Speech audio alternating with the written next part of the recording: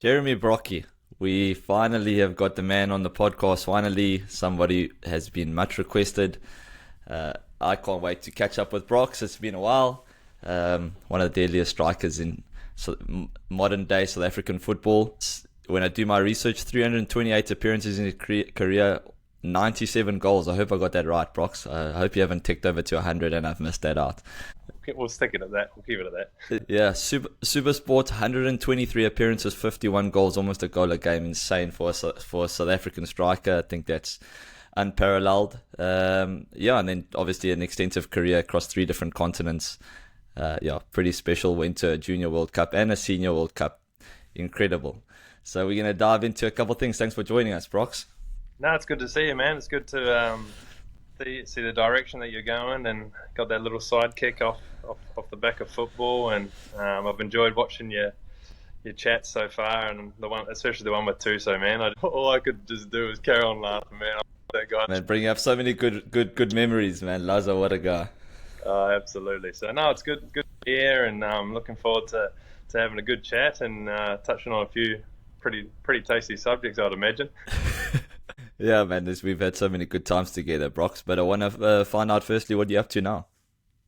Yeah, so I'm still running around kicking a ball, just locally back in Australia. I guess when COVID sort of put the South African career to a bit of a halt, we decided to move back to Townsville in North Queensland, where my wife was brought up. A lot of family support around here, so moved back here. I actually commuted down to New South Wales for a couple of years to play in a stronger league down there. Not a professional environment, a semi-professional. It consisted of me waking up on a Friday morning, catching a 3-hour flight, jumping on a train, catching a 3-hour train, playing the next day, and then repeating all the way back. So I did that for 2 seasons before that started to remind me of those long bus trips to Nelspruit. Yeah.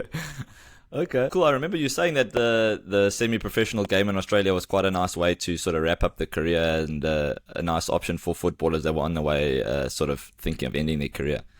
Yeah, definitely. And it helped me sort of transition, and because it wasn't full-time, allowed me to concentrate on what was next. And I've started my own football academy here now with kids, Jeremy Brockie Football, which is going really strong, been going for a couple of years now.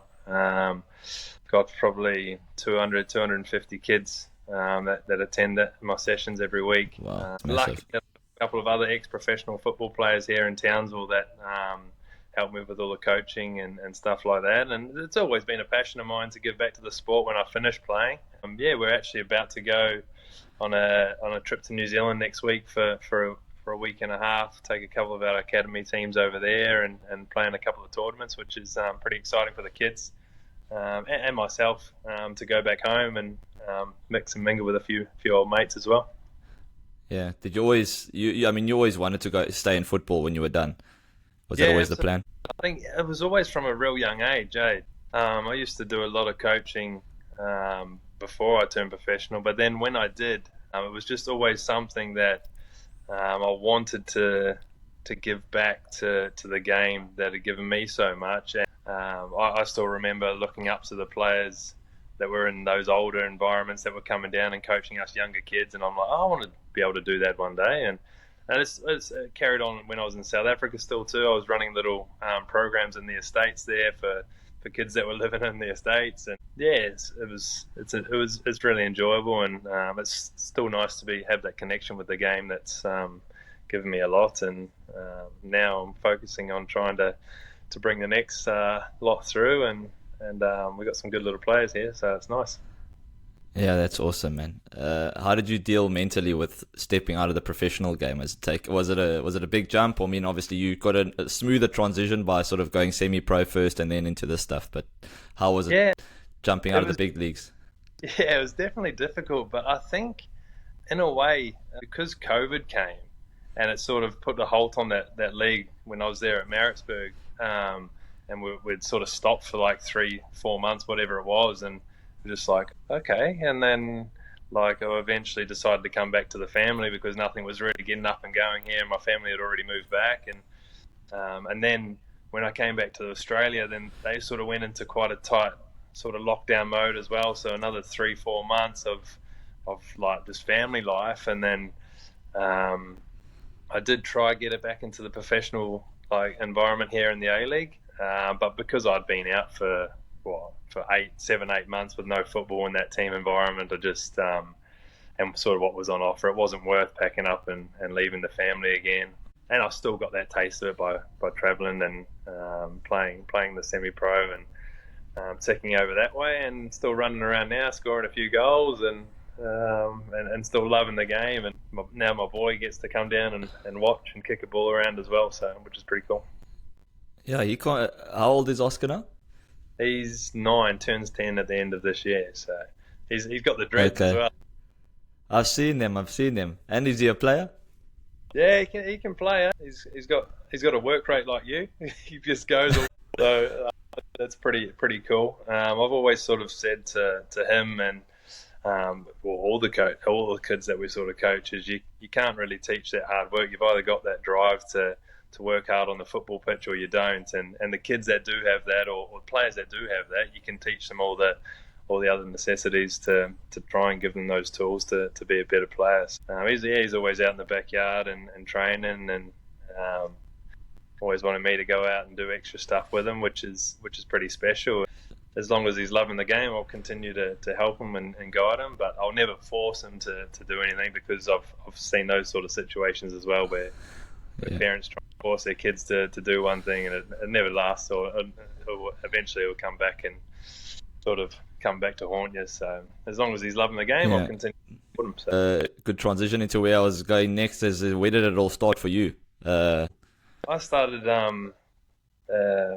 My dad played football, not at a high level. So in New Zealand, you've got like the North Island and the South Island. He was sort of in representative South Island teams that would play against the North Island, and I think his love for the game, I sort of just was always going down to the park or the games on the weekend and watching him and kicking the ball around till he had finished his beers in the pub with in the club rooms with the boys, and the lights sort of got turned off, and we had a good couple of there's probably 3 or 4 of us that just stayed out till dark kicking the ball around, and which was pretty special. All my mates at school played rugby. Obviously, New Zealand's a very big rugby nation, so I spent my sort of lunchtimes playing rugby, and then I'd dash off after school to catch up with my football mates and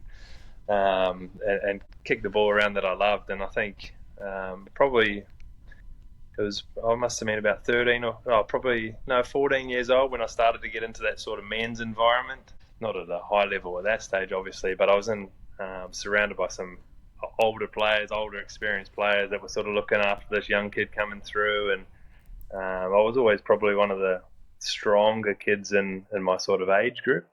Played with the men for a couple of years, and then had an opportunity to move away from Nelson down to a bigger city, and again one of the younger players in that squad, but it started opening up new opportunities. I was playing in the New Zealand National League, which is when the A League, which is the professional league over this side, sort of started to got launched really, and a criteria of the New Zealand team and all the other Australian teams is you had to have 3 under 20 aged players in your squad, and that was like a minimum requirement. And so I was probably 17 at that stage. I went up to the trials, and I was still at school at that stage. And I remember coming home from school one day, and my dad said, "Oh, you got a phone call. You got to ring the coach of this professional team, the New Zealand Knights, it was called." So I rang him. I'm like, "Oh, hello," like real nervous, and he goes, "Oh, how's school?" I'm like, "Yeah, good." And he goes, "Oh, how would you like to finish up at school and move up to Auckland and sign your first professional contract?" And obviously the excitement and all that, and then everything sort of started to fall in place. And I went up to Auckland, had a year up there. Again, being a younger player, they gave a lot of the experienced guys in that team sort of first shot, I guess. And I won't lie, we were in a pretty miserable team. I think we only won like 2, maybe 3 games that whole season. And being a younger player, I sort of bided my time in the stands, and it sort of came maybe 3/4 of the way through the season, and the coach was just like, "No." I was like, what more can we lose? Let's just throw this young kid in. And I sort of hit the ground running and scored 4 goals in the last 6 games of the season. Believe it or not, that those 4 goals were enough to win the Golden Boot for the team, and that shows them. And that led to 5 offers from the 8 teams in that professional environment. I decided to go to Sydney FC, which probably at that time, now that I look back, powerhouse. Yeah, they were there. They'd just won the league before. They had Dwight York as their big marquee signing. Being an 18-year-old, I'm like, yeah, let's go to this club. I went there, signed a 2-year deal. I had a few injury issues, but at the end of the day, I just, like an 18-year-old trying to get into the best team in the league, just didn't really happen. And then I sort of got caught up in the wrong environment for a little bit, and met the Tuso Parlour of Sydney FC, and found a few down Bondi Beach, and it turned pear-shaped for a little bit there. Yeah, and then so I decided to sort of mutually terminate the contract at the end of that year. Went back to New Zealand, reset myself, and I'll cut a little bit of the story short, but I've had plenty of ups and downs throughout my professional career, and a lot of highlights, which has been pretty cool. Yeah. Okay. Well, we'll fast forward to when you eventually, the interest comes from South Africa. You obviously you jumped around a bit. You were in Canada, and were you in Canada before you came to South Africa? Yeah. So I'd gone back to New Zealand in the A-League again, playing for a team, Wellington Phoenix. I scored 17 goals in my first season and just finished shy of the Golden Boot in the league. And then in the A-League here, there's a really long off-season. So I went on loan to Toronto in the MLS for 3 months after that, which was an amazing experience. I'm sure you're aware of how the Americans and Canadians love their sport over there. So the facilities were just unbelievable. We just got treated really well and loved our time there. I would have loved to have stayed, but I still had another 2 years left on my deal at Wellington. We returned after that 3-4 months, stayed another year, but then I started to get sort of the itchy feet, and then that's when the South African opportunity came along, which turned out to be a fantastic one. Yeah. And how did that all happen? Who was the first person to get in touch with you? Yeah, so I think probably maybe 6 months before we moved to South Africa, I played a national team game against Bafana here or in New Zealand, in Auckland. Gordon Egerson was obviously the coach of Bafana at that time. And then I just got a random call out of the blue from a guy living in Auckland, Riaz, and he sort of said, hey, there's an opportunity in South Africa. Gordon Egerson, the coach of Supersport, just called me. He said, looking for a striker, I threw your name about, would you be interested? And I'm like, yeah, I could be. I was looking for a new opportunity, and I can never forget this. I went to my coach at the time, and I'm like, I'm coming off contract.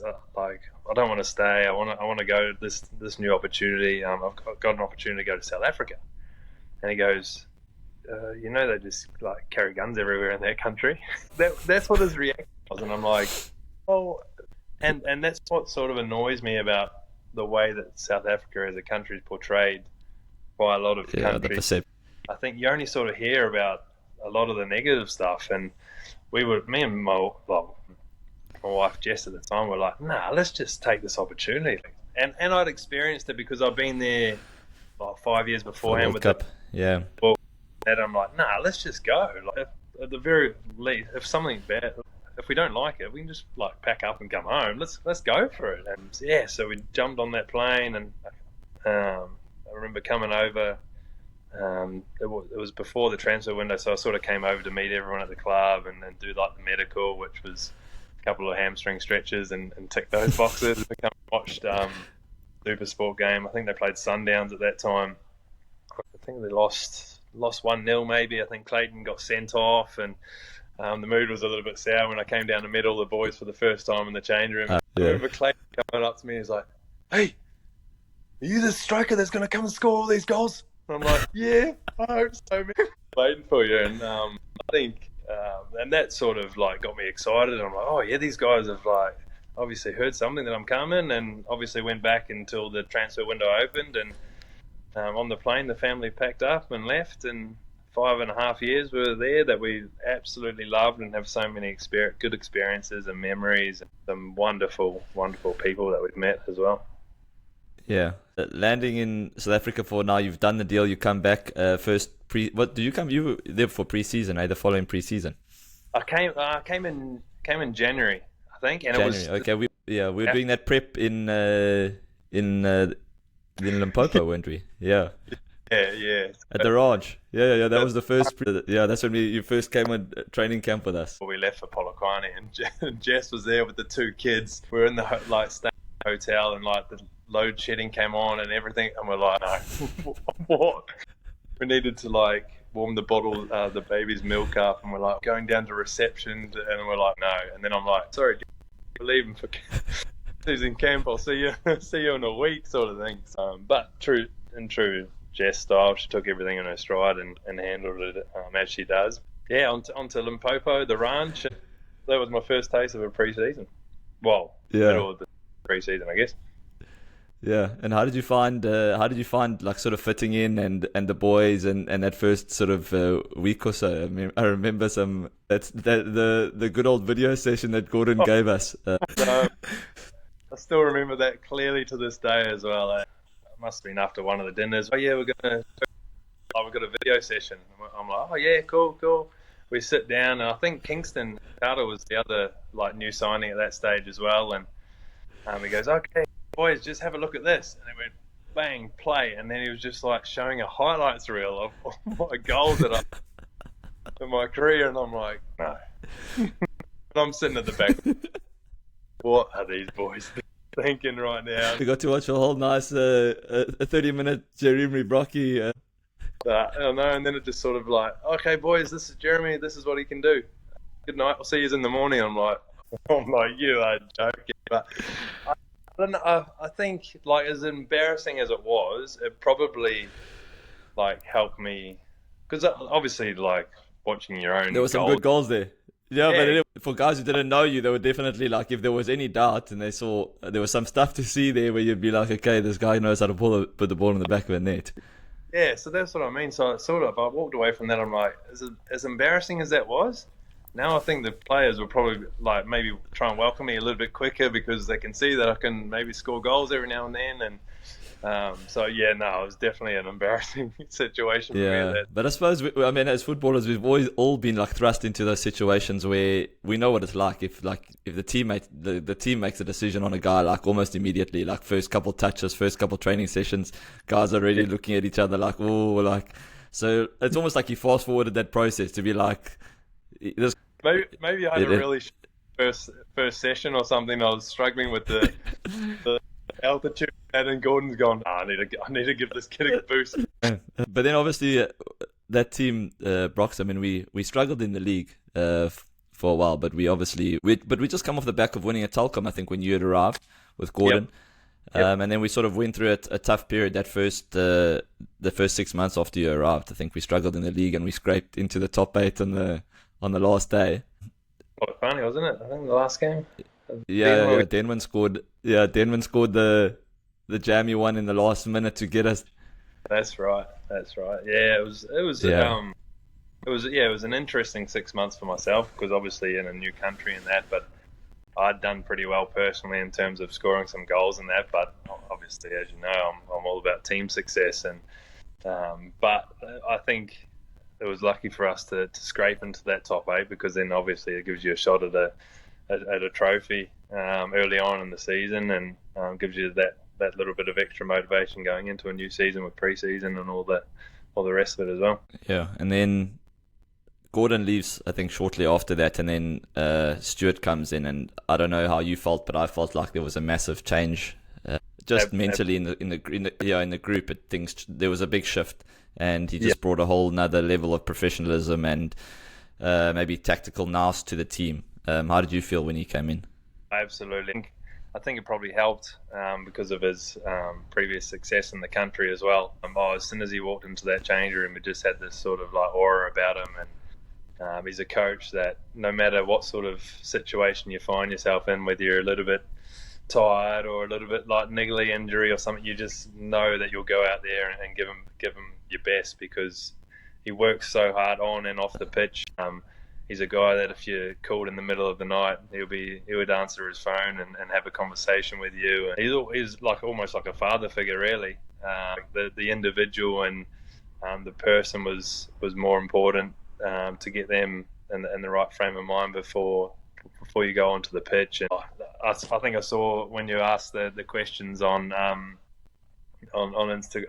Twitter, on Facebook a couple of days ago, what questions do you have for Brockie? And I think Josh said, who was the best coach you played for you ever had? And hands down, Stuart. I think he all made us better players, and the success that we had as a team, and the trophies that we won, and the memories, and how strong close that group was.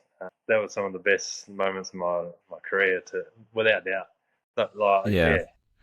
Whenever I look at him, I think anyone the principles he brought were so strong. He always had. We knew almost when you'd drive into training and you'd see like the pitch and you'd know exactly what you were doing. Like there weren't a lot of sessions. It wasn't complicated, but like what we did it often, and we just kept driving home like the same principles, the same mantras. We knew when he said certain things what we had to do.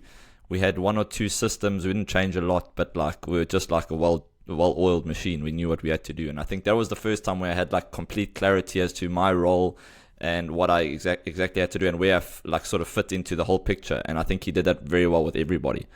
Yeah, exactly. And even like the little tweak with myself and Brad, how he ended up putting him as the 9, because he knew that Brad could hold the ball up better than me and protect the ball better than me, and then with my sort of late runs and movement into the box, it was just like a combination where separate from Stuart and the understanding of me and Brad. I'm sure we'll probably get into that a little bit later as well. Just those little tweaks that make a team just drive and mate, the success and we had with him. It's a coach that even now, like I'll be talking to someone and I'll start talking about Stuart and how much of a good person he was as well as a coach. Yeah. When you look at that team, when you first walked into the dressing room and experienced the first couple of training sessions, who were the guys that like really stood out to you in that squad? It caught your eye at the beginning. Yeah. Or even just in the Supersport squad in general, just the players that you saw arrived. Yeah, when I first arrived, I think even though at the very start he was probably injured more than he wasn't, like Brad. Like we were doing finishing sessions, I'm like, oh my god, this guy, like whatever, with his head, with his left foot, with his right, like long range, short range, I'm like, this guy has it all. And I was always like, I want to play with this guy, like. And I think when Gordon was there, he was sort of like, oh, we've got to play one or the other. Yeah. Because I had scored a couple of goals, like I was the one that was the one that was always in there. I'm like, oh man, I want to play with this guy. And like we've already spoken about Tuso. I think Tuso, what he can do on the pitch as well, but like he made me feel really welcome when I first arrived. He's such a good character in the changing room, and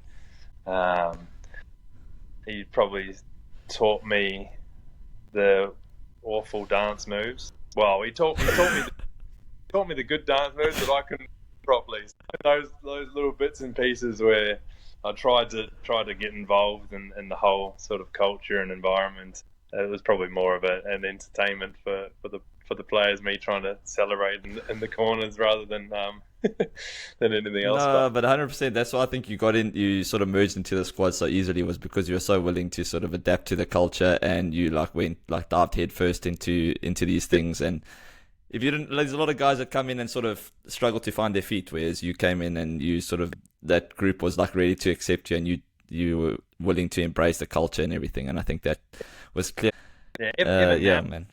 Now, like on Twitter, I like after the weekend games, like over there, I'll get on like the Supersport Twitter page, and I'll get on Cape Town City Twitter page, and I hope that they've been posting like the boys singing in the change room, like walking down the corridor before they go onto the pitch, because I'm like, man, I love that stuff. Like I probably was pronouncing the words wrong and singing it wrong, but it was that whole like vibe of like, yeah, this is cool, and I don't know, it just like makes you feel relaxed and at ease before you're about to go out and do your business. And so I wake up every Sunday or Monday morning hoping that Cape Town or Supersport have posted some of those videos, which just make the whole lot well. So then we touched on it, but why do you think that you and Brad had such a special partnership and it worked so well? I mean, for a good 2 years, you guys were probably the deadliest combination in South African football. Yeah, I think our styles of play were different, but we both understood each other's style of play as well. And I knew where the type of ball that was getting played into Brad. I knew if it was one that he was going to be able to hold up and lay it off to me, or I had to make it run like off the back of him, and we just had really good understanding in the box as well, whether one of us are going into that near post or peeling off to the fast stick, and it was almost just like a little glance at each other. Obviously not at the same scale, but like I'm a Manchester United fan, and I enjoyed the days of watching like Andy Cole and Dwight York and the link up and understanding that they had on the pitch, and we just always knew where each other were, and we wanted the best for each other as well. I mean, sometimes you can be at clubs where the main striker is the only one that wants to try and score goals. Much as I'm a Ronaldo fan, and that's probably happening a little bit with Portugal at the moment at the Euros. But we didn't care who was scoring, who wasn't. We just was just so happy for each other, and like just loved being on the pitch together with them. And I watched your interview with Dino, and I have to agree that Brad's a better striker out of the two of us as well. Another thing with Brad, and I'll never forget him saying this, is that Brad also wasn't unhappy to sit on the bench. Like Brad, actually, one of the things he said to me, and it stuck with me a lot, is like, in South Africa, if you come off the bench for the last 30 minutes, he's like, you can be the top goal scorer in the country, because in the last 30 minutes of a game, like the game becomes so open. So sometimes, like as a striker, he was almost quite comfortable to sit on the bench, but knowing the impact he'd have. So like sometimes there were games where even under Gordon, where maybe he started you and brought Brad on later, like we had a constant threat because we knew that you could score, and then Brad would come on in the last like 20, 30 minutes, and he loved that role as well. So he was like comfortable sitting on the bench as well, because he was almost just like sitting and waiting for everyone to get tired. And here comes Brad to like finish off the game as well. So I always remember him saying that. Yeah, maybe that's why he's still playing now, because he was just a little 30 minutes. Waits for all of us to do all the hard work. It's almost like trying to like open the bottle top, and then you just got to do the last little bit. No, that's good. Just playing and scoring goals as well. Again, when I wake up to watch, try and check to see if there's any videos. The first thing I do is to also go and check the Supersport score to see if Brad scored again as well. So, it was nice to catch a couple of months ago when I was back too, so it was good. Yeah, so we're all now waiting to see whether he can break the record this year. So I think he's got 7 to go, or 7 or 9 to go before he breaks the all-time record. So we'll wait and see if he can do it this year. Yeah, he'll get there. I told him he's got to get on. I told him he's got to get on the penalties, but he's penalties. Recently, I know you follow South African football still very closely. Just your impressions on the levels that they've gone to, and your first impressions when they first broke into the team. Yeah, it's so good to see where they're at right now. I mean, I was fixated on the recent AFCON and was watching Tebza boss games, which to be fair, that's what he did when he first came to Supersport as well. Like from his first training session to his first game, it just looked like he'd been around for years, and I think probably what helped Aubrey, Sipo, Tebza, Grant coming through, like the period that they were coming through, there was so much experience in that Supersport team. Like yourself, Dean, me, Brad, Morgan, like the list, the list like sort of goes on. And I think that probably helped them as footballers as well. But they had so much confidence from a young age too, and to be able to go out and display that, and it's so nice to see where they're at in their careers now. I'd like to see Tebza move outside of South Africa probably, and to see what he can do in that European stage. I'm sure that's a dream of his, and hopefully there's some things going on behind the scenes to see where they're at when they first come into that environment to now being the household names in South African football. It's pretty cool to sit here now as us two and say, oh yeah, we're part of the story.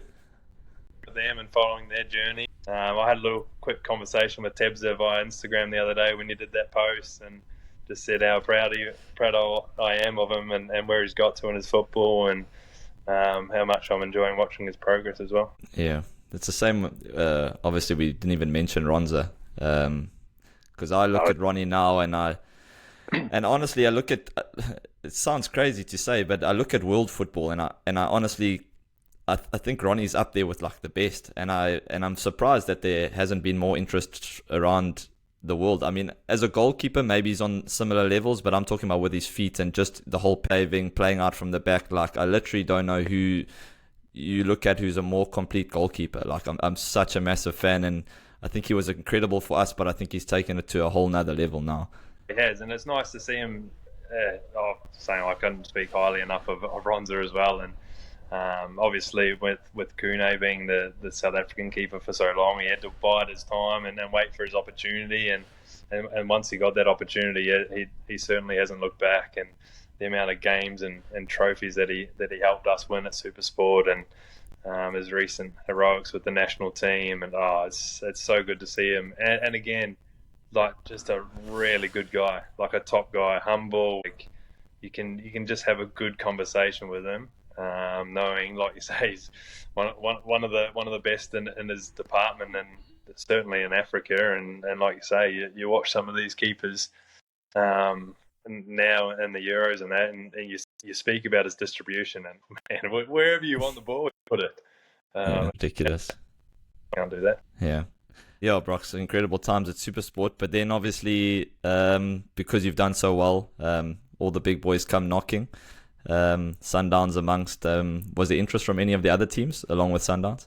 I think there was interest, but I just don't think they were in a position to be able to pay a transfer fee. Couldn't afford you. Yeah. Sundowns were, and I mean, like, speaking of the transfer fee, what was spoken about in the papers, 12-15 million or whatever it was absolutely nowhere near that.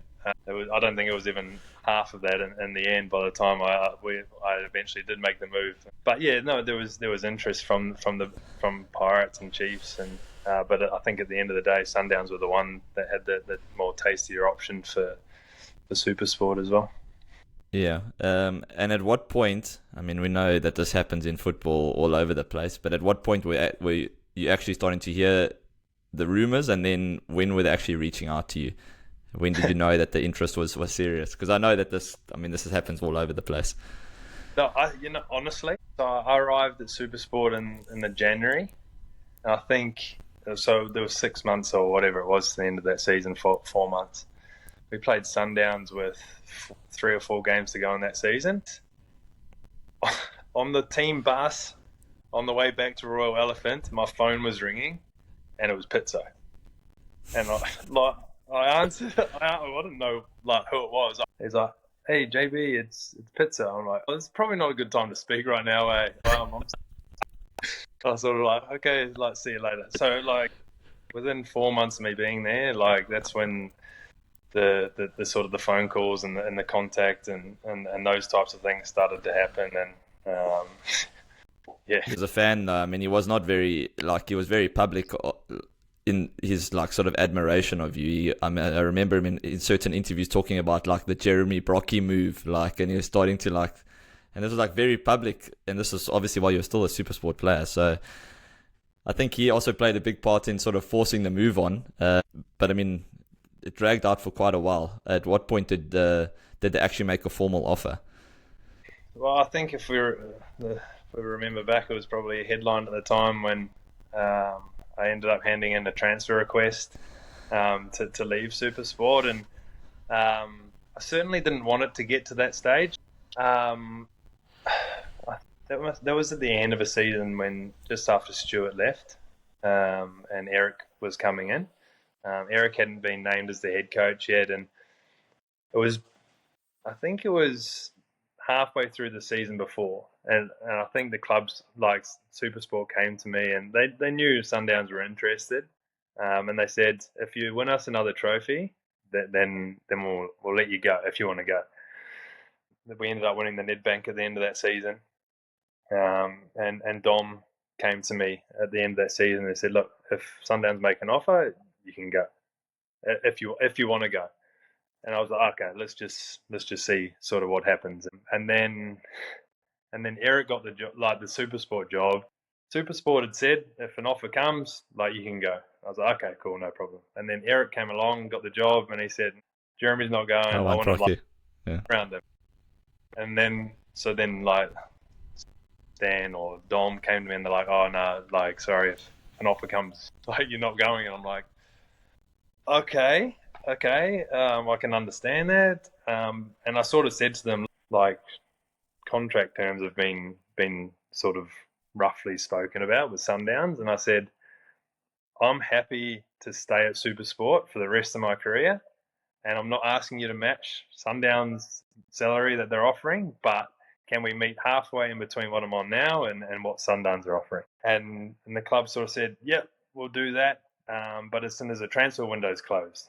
And there was still, I don't know, like 4 weeks till the transfer window was closing, and I'm like, but why do we have to wait until the transfer window closed? And my sort of thinking behind that was, oh, they're just going to wait for the transfer window to close and then probably not offer me anything because the transfer window's closed and I can't go anywhere anymore.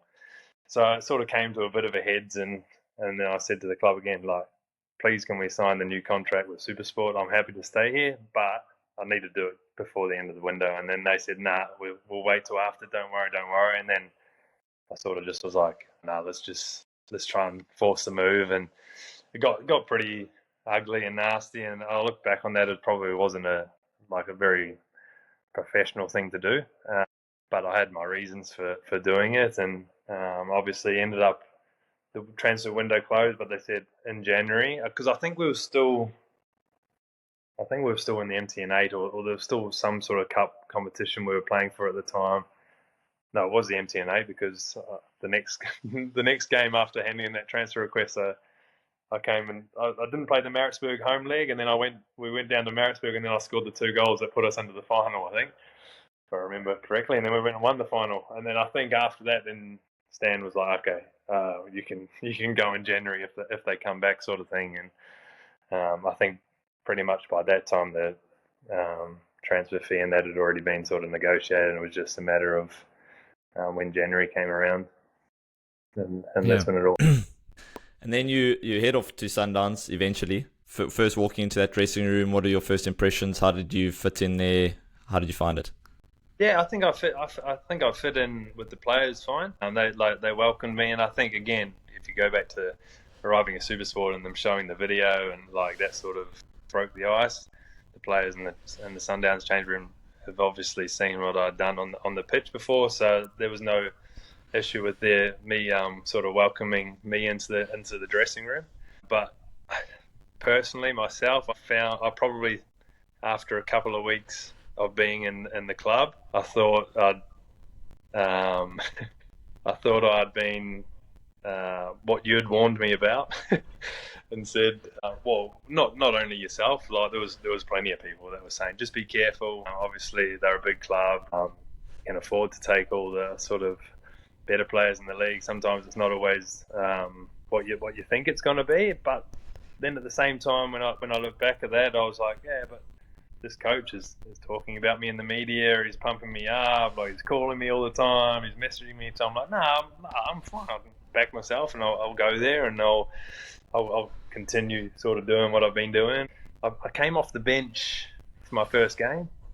Like, massive reception from the crowd that I'd sort of finally made the move, and I think I only played maybe the last like 10 minutes or something like that. I think I might have had one half chance at the back post, a header or something like that, and then we went on a break for 10 days, came back, and then I was like thrusted straight into the starting 11. I'm like, oh yeah, okay, sweet, this is pretty cool. Obviously didn't score. Had a couple of chances. A first time shot, a ball came out like outside the 18-yard box, and I had a first time shot, which I'm sort of capable of doing. Customary, yeah. I talked about all my abilities of being able to hit a first time ball and drifting into the back post and all those types of things, as you're quite aware of as well. And so I hit this one first time, and it went went flying over the crossbar. And the next game I was dropped, and we were doing a video session the day before that game. And as we done lots of video sessions there, and we were always going through of looking at past and previous games, and he brought up this video of me taking this first time shot and knocking it over the crossbar, and he absolutely like blasted me in front of all the players for taking a first time shot. He's like, "We don't do this here at Sundowns. Like, you must control the ball and look to link up with players." And I was like, shit. This is what I've been. There goes my game. That's my thing. Yeah.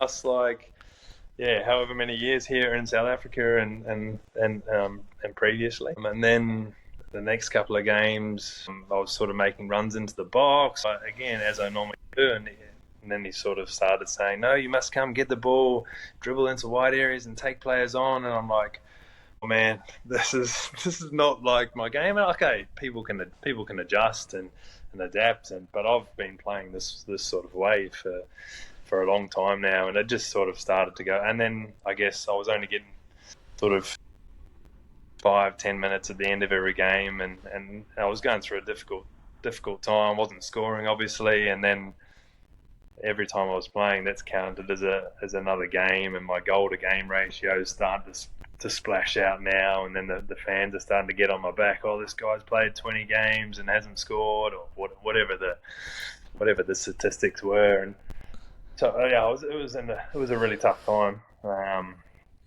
What I remember about that Sundowns team, and I think not a lot of people spoke about it, was it's not like the Sundowns of now, where they were actually a very direct team with Keegan, Castro, and Billiat. Like, there were it was a lot of running behind all the time. So there was actually quite a lot of long balls, and it wasn't sort of the tiki taka that they do now. So that was when you went there, I thought, like, sure, okay, Brox is not going to run channels. Like, that's not really your specialty. Like, you need the team to sort of like build up, go wide, cross the ball into the box. So then when things started to transpire the way they did, I did realize, like, it's going to be super tough for you if they're not going to be putting the ball in the box and they're just going to be hitting like long channel balls. Like, it's not really like your game. Yeah, I remember this clearly as well. This must have been probably the following season now, and I think I was sort of, Percy left, so I was sort of like in and out of the team, playing at the top again. I think they brought in Lebo, my boy, and I think Villa and Mashishi were playing on the wings. Again, unbelievable players. Like, and I'm certainly not having a go at them because I admire them as football players. And again, look what Mashishi's doing for the national team as well. But they're not players that are going to cross the ball. And Pinto came up after one of the games. He's like, "You must go to Villa and go to Mashishi and tell them to start crossing the ball for you." And I'm like, "Man, I'm not doing that."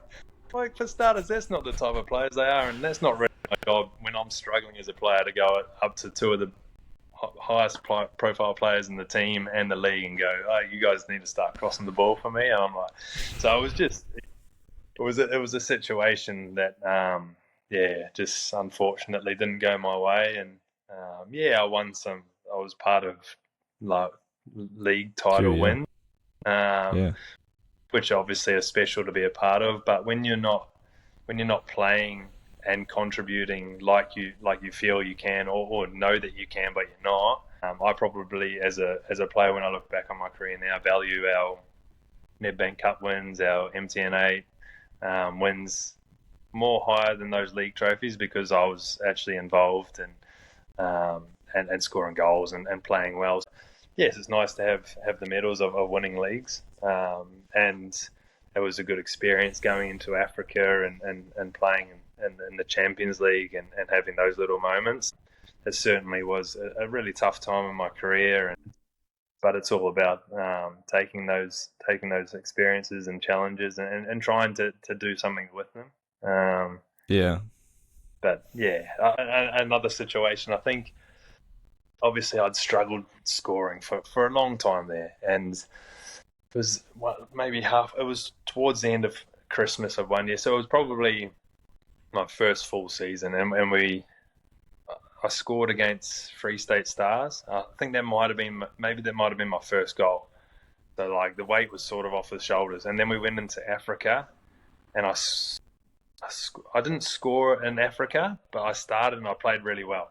And then we came back and played the same team at home, and I scored 2 goals in the first half. And I'm like, now this is good.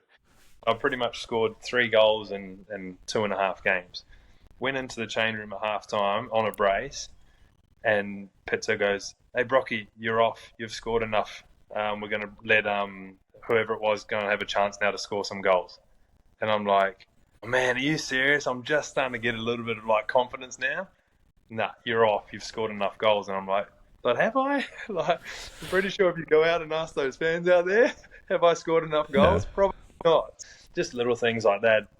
A big mental challenges, and something I look back on now, and I can give advice like you probably did now, but share my own personal experiences of certain situations. Yeah, and then when did the whole situation sort of start to turn, where you realized like maybe you didn't want to be there and going out on loan or whatever? When did that idea start to come into your head? Yeah, that was probably that was actually sooner rather than later. It was probably after that sort of occasion when I scored those couple of goals, and then it got dragged off. I think there was a little Christmas break there, and then I came back because the family was back here in Australia. I came back, and then I was sort of like, "Oh man, I need to try and find myself a new club that I can get back to being who I am, doing what I love to do, score goals and play." Because I wasn't playing, which is a difficult thing, and a lot of people. A lot of comments you get on social media. He doesn't even care that he's not playing. He's still getting his like salary. I'm like, no way. And that was sort of my fight with the club. Or when I say fight, like that was sort of my argument with the club is like, can I please go on loan? And they're like, "Oh, you're not going to get the same salary as you are here." I'm like, I don't care about the salary. I just want to go and play football. And so they sort of said, "Okay, we're like," they eventually was like, "Okay, yeah, maybe you can go on loan." And I'm like, "Okay." So I was speaking with Mike and McCabe, my agent at the time. He's like, "Oh yeah, Supersport are interested, Cape Town City, Pirates are interested." And I'm like, "Yeah, cool. It's like, hey, can you try and work something out?" And they were obviously all express their interest to Sundowns, and they're like, "No, you're not going to any of those clubs. This is the club that you're going to go to." And I'm like, "Okay." And that's no disrespect to Maritzburg, because I've played there in previous seasons, and I'm like, "No, yeah. This place like hums and like good vibe there." And I'm like, it's not the club that I like wanted to go to, but I'm sort of like, and then I was saying to Mike like, why can't I go to those clubs that are also interested? They're like, nah, because the clubs that are up the top of the table, Maritzburg are down there struggling, so you go down there rather than potentially, I don't know, maybe come back to wreak havoc with the club or something like that. But Maritzburg, again, I enjoyed like my experience there. I loved living there. Didn't get off to the best start by missing a penalty in my first game, especially when you come from a big club. I think probably if I scored that penalty, that my whole like stint there would have been completely different. In terms of like if I scored there, the confidence would have just probably all come flowing back. But because I missed the penalty, I think again the fans were banging straight on me, and I'm like, "Oh no, here we sort of go again." But like the club was wonderful in taking me in, and again, just as I sort of started to come right, I scored a couple of goals, bang, then COVID came, and then that's the sort of end of it there. Yeah. I want to speak about those tough times. Obviously, you had them at Sundowns and again at Maritzburg. Like, how do you deal with those things? I mean, I would never even think to understand what like a striker, because most footballers, their game and how their performances are perceived have nothing to do with sort of statistics and scoring goals and that sort of thing. Like, but a striker is like, that's not happening. Like, how do you actually go about dealing with that stuff? Because I can't imagine having that kind of pressure on my shoulders going into every game. Yeah, I think I definitely had to like turn off social media for for quite a while. As you can imagine, some of the tweets and all those types of things that I was getting were pretty nasty. Immediately, you get rid of that out of your life because it's already tough enough. The experience that you're having at that time, as you say, as a striker. What I was trying to do, I was trying to do little extra like finishing sessions and stuff like that at the end of training. I thought maybe it was a fitness thing, so I was trying to go to the gym outside of training. I was speaking to like the likes of yourself, Dean, Brad, like people that like were my comfort when I was going through good times, and I also had a lot of support from my wife and going home to see the kids. That's a big sort of way to relieve a lot of tension and stress. Again, as soon as you rock into those gates the next day, you're like, what's going to happen today? Oh, there's a weight there. Yeah, it's a weight. Yeah, it certainly is, and it's hard, and that's why I pushed hard for a loan move at the end of the day, because I just knew that I felt like circumstances weren't going to change, and again, Sundowns is a big club, so if you're not performing, like they're going to go out and buy the next big striker on that's waiting in the wings. Yeah, I know. I mean, a lot of people say this, and I don't think they truly understand. It'll be like, oh, but you're like earning a lot of money at Sundowns. Like, why don't you just sit there and stay there and just train and whatever? But I don't think people understand like if they're not footballers, what it's like to like the day to day going through training and everything when you're not playing on the weekend. Like, some people, I mean, not many can manage that role where you're just a part of the squad and you don't really feature too much. But like, I know how you are, and I know how a lot of very competitive guys are. Like, it's just not an option for a lot of people to sit and not be a part of things. Like you say, you won the league twice, but it doesn't really feel like you were part of the success. Yeah, no, I know, and even when we were towards the end, we were starting to go and travel like for the Champions League. We were going for like 5-6 days at a time, and the club was taking like 22, 23 players, and I'm like, oh man, I'm traveling away for like 6 days, knowing that I'm not going to be even in this squad, so I'm just sitting in a hotel room, like, okay, oh, that's brutal. Like, what am I doing? So and. Yeah, it's tough. It's tough, and again, that's why I wanted to get away, and salary wasn't like, I didn't care about the money. I just wanted to play football, which is something that I'd been doing for my last like 15, 16 years. Yeah, I learned from those tough. Makes you a stronger person, but yeah, certainly not. You don't wish those situations on anyone. Yeah. Okay, Brock's lighting it up a bit now. After all the deep, we didn't even chat about the obviously the one question that everybody wants to know about. What actually the famous tweet? What actually happened? Tell us the full story. How did it all go down? Yeah, so we'd obviously finished training. I wasn't named in the squad that went to camp or whatever, and so all right, cool, no problem. Go home, spend the weekend with the family. They're chilling, sitting on the couch, and go on Twitter, and I see like the squad. Maybe it wasn't the squad that had been named, but it was just like the list players that are unavailable due to injury, and like it had the list of players, and I saw my name, and I'm like, Jess, to my wife, I'm like, they said that I'm injured, like that's why I'm not like in the squad, and I'm like, that's not right. Like I'm fully fit. Like why are they saying that I'm injured? And I rung the media guy, and I'm like, hey, I think you made a mistake. Yeah. Mistake on the social media. It says that I'm like one of the injured players, but I'm not injured. And he goes, okay, well, I'll try and find out. I said, no, I'll find out. Like, I'll ring like the physio to maybe ring you and like sort that out. He goes, no, I'll ring the physio. I said, okay, like, let me know what he says. So I waited like 15 minutes, and then I rang him back. I'm like, oh, what did the physio say? He goes, he agrees, you're not injured. I said, okay, so can you take my name off that injured list? And he goes, yeah, I will. I go, okay, thank you.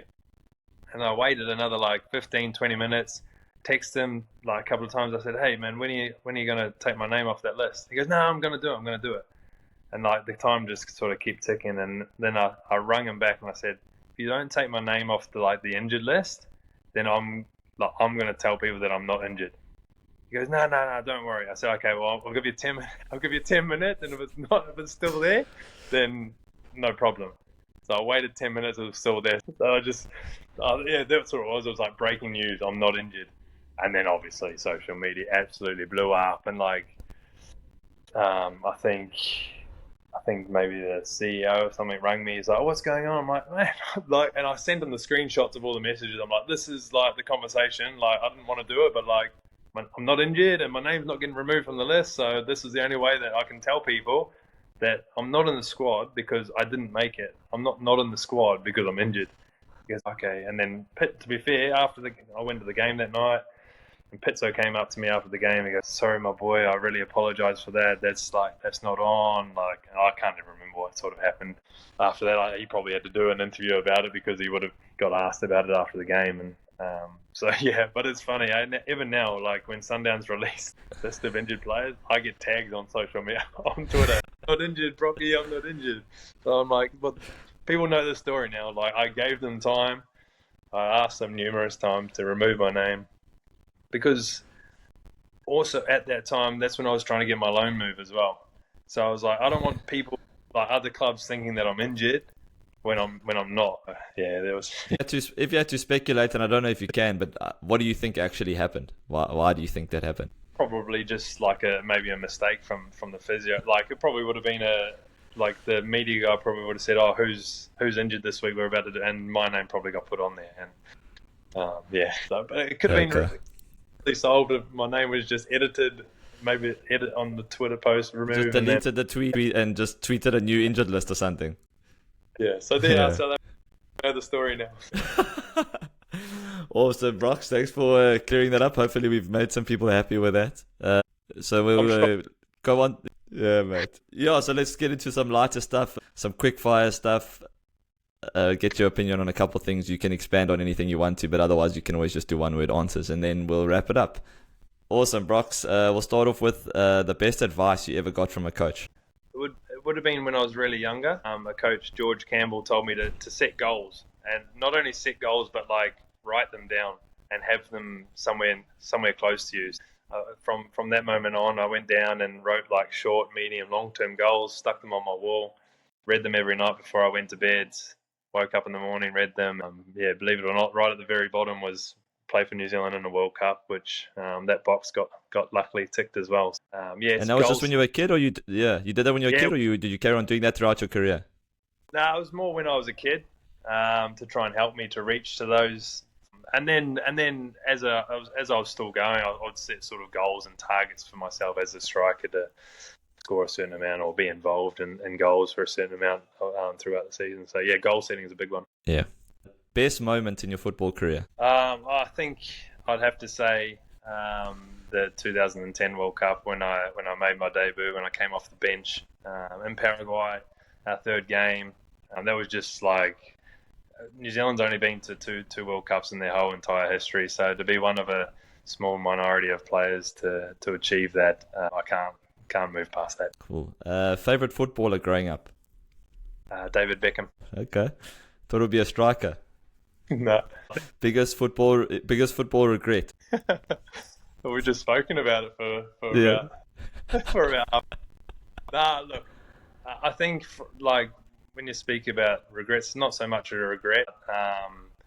Learning from those situations, and look, I could have gone to Sundowns and I could have scored in my very first touch of the ball, and it could have been completely different. So I definitely don't regret the move, but it's just unfortunate how the whole situation panned out. It's crazy to think. I mean, I think if you had to ask most of the guys at Supersport who played with you when you moved to Sundowns, that we all thought that you were going to go there and score like 20 goals because we knew what you could do. Because I mean, we didn't necessarily create a million chances at Supersport, but you were still scoring a lot of goals. And we were thinking, if you're going to get the same amount of opportunities, you're probably going to get triple the amount of opportunities at Sundowns. Like, how can you not score more goals? Like, that was what everyone was thinking. Like, and I mean, football, things happen the way they happen. Change the game. Yeah. The toughest opponent you've ever faced? I'm gonna say two opponents. We played against Spain in the 2009 Confederations Cup, and I was playing as a right wing back for New Zealand. and they had like a lopsided formation, and they had Joan Capdevila and David Silva bombing up and down the left. I was absolutely nowhere. I was running in circles. These two were just absolutely running rings around me, and I still have nightmares to this day about that. The only good thing that came from that game is I got to swap shirts with Xavi afterwards. Oh, lovely. Yeah, but he's run circles around the whole Premier League, so nothing to feel sad about, Brox. And if we on like locally, probably Tyson. When he was in his Wits days, someone that I hated coming up against because he just like physical, tough, doesn't give you an inch. But yeah, what a player he was, and still is. Be lovely when they used to hang it up for you up front and then bang straight to the head. Hey Brad, you coming? Exactly. The worst player in training, but good on the weekend. I'm going to repeat what Dean Furman said the other day in his interview. It's got to be Tuso. Yeah, first half up there, but you just know that on game day, once he gets in his element, there's no stopping a fit and firing Tuso. Yeah. Your best friend in football? A guy that obviously South Africans are also very aware of. We spent a lot of our career, club and national team together. We still keep in touch to this day. He's doing fantastic since he left South Africa and gone to them. It's still nice to see his progress, and yeah, definitely we shared a lot of good memories together in club and national team. The best player you've played with? I might name drop a little bit here and say that the time, and I've already mentioned him when I was at Sydney FC and Dwight York was there. Again, a massive Man United fan. Grew up playing him, and to be able to share a pitch with him was pretty special. That's I don't think many people can top that one. Pre-match meal box, Brox. What did you eat before a game? Used to always be spaghetti bolognese or pasta and mince until you introduced me to the special sandwich. Yeah, so what was it? Toast, peanut butter, banana, honey, or something like that. Folks, they still don't. I've got that going now in Cape Town Spurs. Yeah. If they don't have bread, I bring my own lunchbox. The guys don't. Yeah, so no, I still even now when I play on a Saturday night here, I'll have a couple of slices of toast with honey and peanut butter on them.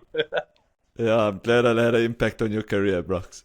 Yeah. Your what did you have post-match meal? What did you eat after a game? Oh, I've got to go to like a KFC or something like that and just smash a burger and chicken or chips or something very unhealthy. Yeah. 3 teammates for a night out. I'd take Tuso because he'd be lighting up the dance floor. I'd take Dean because he'd take some of the shine away from my dance moves because he's worse dancer than me. And I'll take Ronza. Ronza's always good for a bit of a party and seems to know everyone in and about town and the career that he's had and every South African knows him now. So we're pretty safe wherever we go. Deadly combo. Your favourite boots you've worn in your career? If you had to choose one pair that you've worn, it'll have to be Adidas Predators. They were a red pair. I wore them at the 2008 Olympics, and I scored a goal with them, and I've still got them hanging up in my room today. That must be one of the first. Yeah, lovely. And I still wear them, as you do. Still wear the Predators now. Yeah. So. Classic. Your best goal you scored in your career? You're going to filter through a lot there, Brox. You know what? I'm gonna go with the picture that you posted the other day, the one that I scored against Pirates. DVD in midfield, like put that beautiful ball in, and even now looking at that still picture just brought like so many memories back. And I actually went back and then like searched the goal up on YouTube, and it just came off the foot so nice. And to do it against a big team in front of, I think that was still pretty early in my South African career as well. So I think that probably made a few people stand up and go, oh yeah, this guy can go all right. Yeah, that was a cracker. You definitely weren't a tap-in merchant. No. Yeah. The most important goal you scored? finished the game off for us there. I think who came on? Kingston came on and got the third to wrap it up. But yeah, that was an important game because just before that, missing the penalty, it could have swung the momentum back into the Pirates' favour. So to score pretty quickly after that was pretty special. Yeah. Do you have a worse miss that has stuck with you? Yeah, definitely. That was again. That was when I was playing for the Wellington Phoenix. I think we might have been losing at the time, and I just got this new haircut, and it was like shaved, so I was sticking out like an absolute sore thumb. And this ball came like bouncing across, and I was probably only a yard out. And you know those ones that are like harder to miss than miss than score. Don't worry, every chance for me is. And yeah, tap in, bang over the crossbar, and I still remember that. Haunts me as well to this day. It's funny. The funniest teammate you've played with? I'm gonna say Clayton, because he just randomly always come out with these like just off the cuff like sayings, and you'd like don't know whether, and he'd be staring at you, don't know whether he's serious or like trying to make it like light work of a situation, and then he's always making the change room laugh by doing something silly in training or in the change room. A top guy to have in your team and in your environment. Is he still there with you now? No, you left in the middle of last season. Yeah. You guys had a love-hate relationship there, yourself and Clayton. There was a couple tricky moments in you and Clayton had a love-hate relationship. There were a couple of tricky moments in training. You used to like leaving one in on you every now and again. We did have a real love-hate relationship, and I think we both like fed off that, and it actually made us perform better as well. Like, if I knew I was going to give him a bit of like a razz up, like make him like get all animal mode, and I think the same with him. Like me, if I sort of missed a chance, he'd be like, "Hey, put it like." All right, then I'm gonna. And then the next chance I get, I try and put it away, and then we're like laughing and having a good little game. But yeah, that's always it's necessary in the dressing room, I think. Yeah. The worst roommate you ever had? It was during my time in Sundowns. I was rooming with Anele. He was one of those players that can't have the aircon on at all when he's sleeping, and I, like being a Kiwi in hot South Africa. On some of these like African countries we were going to, and I was like just lying there awake in the middle of the night, and he was also one of those players that that doesn't really go to bed early, and I like to go to bed early, so he was up watching TV, and like it was a bad combo, but what a guy, like yeah. Good memories of yeah. Worst dressed teammate? Well, there would have been a couple of shockers in the change room.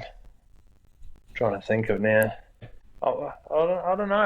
I must admit myself, like I'm not a very good, I'm not a very stylish player. I'm a plain Jane, either a black shirt or like a dark blue shirt that I've got on now. I'm not one of those. They just try to be stylish. So like some of the boys are. So I'm gonna smash myself for that. Oh, that's lovely. That's the first. Your favorite stadium you've played at? I'm gonna say Peter Makaba Stadium, just because of the memories that we had there, the trophies that we won. That was where I also scored that goal against Pirates. Just some real fantastic memories, and that's one of the stadiums that we played one of our World Cup games in as well. Okay, sick. The worst injury you got in your career? The one that he got sent off on a couple of weeks before the Cup final against Cape Town. But I'm going to say I broke my leg in 2010, early 2010, and the World Cup team was due to be named like 3 months later. So I was on a real tight frame to try and get back and fit and in that mould. And it's a frustrating injury being on crutches. Luckily enough, I had my lovely wife there to nurse me. Yeah. Last couple, Brock. Which team did you enjoy playing against the most? Chiefs, Pirates, or Sundowns? I'm gonna say Pirates because, again, we played them in a couple of finals and we got the nudge over them. But I did enjoy scoring a goal or two against Kune as well in my time. So I just slightly Pirates, yeah. Okay, cool. Do you remember what you earned your first contract? Your first. Yeah, at that time there would have been like a minimum in the A League. There was like a minimum salary cap Okay. that like every club, like every player, at least had to have. So I think, if I think back now, I think it was like 30,000 like New Zealand. Jeez. Okay, So, that's not too yeah, bad. Not too shabby. luckily there was that minimum salary cap because that certainly helps. Not Yeah, a you week. don't have the you don't have the shocking stories of some, but that's not a bad way to start. Do you remember the first thing you bought with that money? First big purchase. Everyone's got a couple of shockers in the tank. Yeah, it was probably a car, but it wasn't a big flash car like the South African boys like to have. It was like just a shitty little Toyota Corolla. Okay, Brox, thank you so much for all your time. It's been awesome catching up. I'm sure guys are going to absolutely love this. It's been great to take a trip down memory lane. It's also been cool for me to think about all the amazing memories we shared together on the field. Yeah, man. Thank you so much. Yeah, and we'll stay in touch, it's man. nice to see you doing your thing, man, and hopefully it continues to be successful. And I want to thank you for making me and my family arrive and settle into the country as quick as we did as well. You and Liz took us under our wing and showed us all the spots to hang out and go to, and we had some really good memories. I'll just finish off by showing you something that I've still got hanging in my house, mate. There we go. Jeez. Yeah, that's epic. I forgot how to do stuff like that, eh? Yeah, it's That's awesome, man. all around the world with us, and sits proudly beside my World Cup jersey. Oh, that's epic, Fantastic memories with you, Morty, and real pleasure to be on here with you and speak about some fantastic memories I had in the country. Yeah, awesome, Brox. Thank you so much, and we'll catch up soon, mate. All right, man. Cheers. Cheers, mate.